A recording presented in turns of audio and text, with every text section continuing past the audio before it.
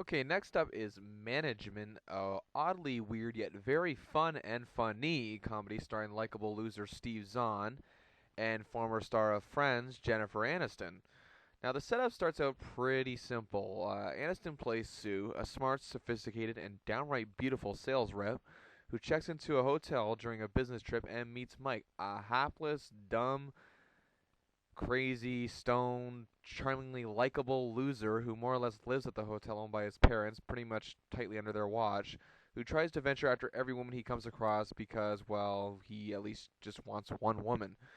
He's very socially awkward to say the very least, and but despite all this, he still manages to be a sympathetic character because of that, if you can believe it or not, which is very hard to do in a film like this, and in handling in the hands of the wrong screenwriters, it could very much have just failed completely miserably, as I've seen in numerous other films that have tried to create likable losers. At first, Sue seems completely just repulsed by Mike, and who can really blame her? But it seems as though that she just wants to just get away from this guy. But yet, in a way, we can see that she's intrigued by him. Not intrigued to the point where it's insulting to her intelligence, thinking, "Oh, well, it's inevitable what's going to happen," but intrigued to the point where, like, what's this guy's game? I want to kind of dig deeper into who this guy is, kind of thing. And this is where the film, however, shortly after the trip, kind of just divulges a little as she goes back home to be with her loser, washed up ex rock star boyfriend who is quite psycho, played by Woody Harrelson, who I usually like in most films, in a very over the top and just sometimes downright annoying, hair pulling performance. And this is where the film just really kind of just ventures off into another place because Aniston's character has a lot of dimension to her, and she is so at ease with who she is, and as well as her self confidence. Why the heck is she with this sociopathic moron? It makes no sense.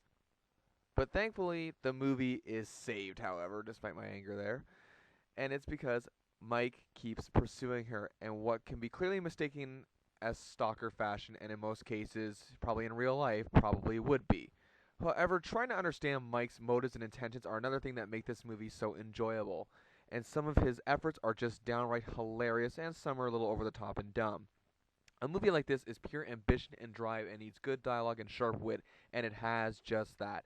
Aniston is more or less in a comfort zone here and really stands out more than she did in a film like He's Just Not That Into You, and she just brings something extra to what otherwise could have been a one-note character. Whereas Zahn is really taking it full throttle here as a socially inept Mike, and it's just so fun to watch this guy pursue this woman, despite the fact that he is the way he is. You can almost find yourself rooting for him, and it's very hard to like a character like this in any films. I'm not going to lie.